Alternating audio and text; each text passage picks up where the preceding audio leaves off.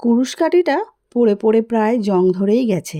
আর প্রত্যেক বছর শীত পড়বে তখন মনে হবে উল কিনবো আর কিছু না কিছু বানাবো। তারপরে বাকিবার তো পড়েই থাকে। আর দেখো কেমন একটা যেন হয়ে যাচ্ছে। কিছু তো একটা বানাতেই হবে। আর যেমন ভাবা তেমন কাজ। সেই জন্য ভাবলাম কিছু রাখি বানিয়ে ফেলি। ভালো হোক বা নাই হোক নিজের মতো করে নিজের জিনিস একটু বানাবো, তাতে আবার অসুবিধা কিসের। সেই জন্য উলও ছিল।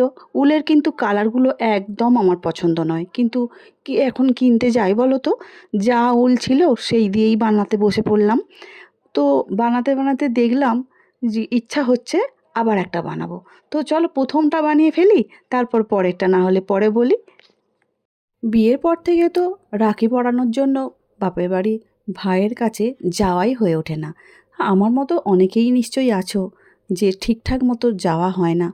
বাড়িতে বাচ্চারা বড় হয়ে ওঠে, তাদের মধ্যে নিজেরা যেমনভাবে পারে তারাই যে অনুষ্ঠানটা করে নিজেদের ভাই বোনের মধ্যে রাখি পরানো, সেই নিয়েই তো মায়েরা ব্যস্ত হয়ে যায়। কারণ নিজের ছেলে মেয়েদেরও তো প্রস্তুত করে দিতে হবে না?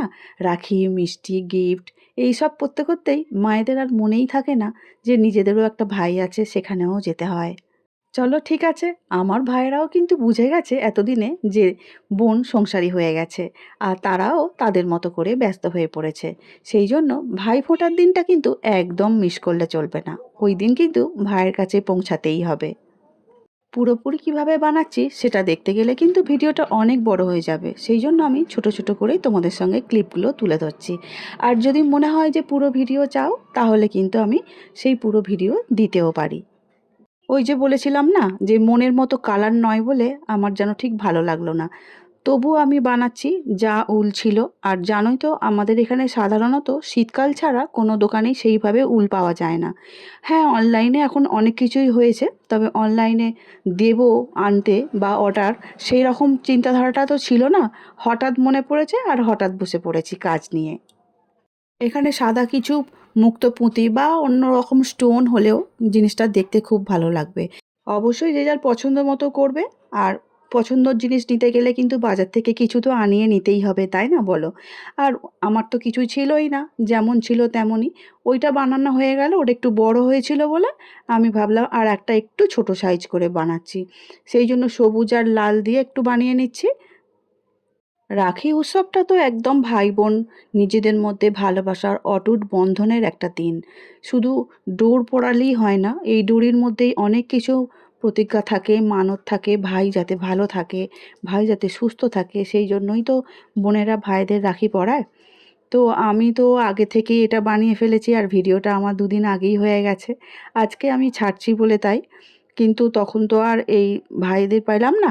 সেই জন্য আমার বাড়িতে যে পোষ্য আছে চেরি, ভাবলাম ওকে দিয়েই একটু আনন্দটা, ভিডিওটা মানে কমপ্লিট করি। সেই জন্য ওকে দিয়েই আমি ঠিকঠাক করে নিয়েছি যে ওকেই পড়াবো, ওকে দিয়েই ভিডিওটা বানাবো। আর কেমন লাগবে তোমরা অবশ্যই বলবে ওকে কেমন লাগলো। ওর দুটো হাত ভরে রাখি পরিয়ে দেবো আমি। দেখো তোমাদের সঙ্গে গল্প করতে করতে আর একটা রাখিও কিন্তু বানানো হয়ে গেছে। রাখিগুলো আমি বানিয়েছি বলে বলছি না, সত্যি কিন্তু খুব সুন্দর হয়েছে। আর এটা যদি কালার ম্যাচিং বা সুন্দর সুন্দর কালার দিয়ে বানানো হতো তাহলে কিন্তু আরও অনেকটাই সুন্দর হতো। একটা প্লেটের মধ্যে নিয়ে নিচ্ছি দুটো রাখি, অল্প ধান দূর্বা আর একটু মিষ্টি।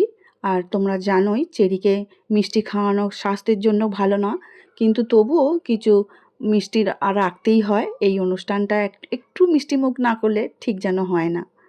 তবে যে মিষ্টিটা নিয়েছি মিষ্টির ভাগটা ওখানে অনেকটাই কম। কাজু দিয়েই মিষ্টিটা বানানো হয়েছে, ওর জন্য মোটামুটি ঠিক আছে।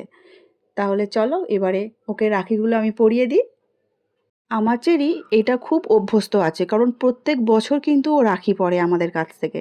আর খুব খুশি খুশি ও রাখিগুলো পরে, একটুও ওর মধ্যে বিরক্ত নেই। দেখো, আর একটা জিনিস খেতেও খুব পছন্দ করে, সেটা হচ্ছে দূর্বা ঘাস। এই দূর্বা ঘাসটা খেতেও খুব পছন্দ করে। আমি জানি অনেকেই জানো এটা, ওরা কিন্তু এগুলো পছন্দ করে। তো যেহেতু প্লেটের মধ্যে দূর্বা ঘাস আছে, ওর মিষ্টির দিকে কিন্তু কোনো লক্ষ্য নেই, ওর লক্ষ্য ছিল দূর্বা ঘাসগুলোর দিকে। যাক, আজ এই পর্যন্ত। পরে আবার দেখা হবে অন্য কোনো ভিডিও নিয়ে বা অন্য কোনো রেসিপি নিয়ে। সবাই খুব ভালো থেকো আজকের মতো। সবাই রাখি বন্ধন খুব সুন্দর করে পালন করো। টাটা।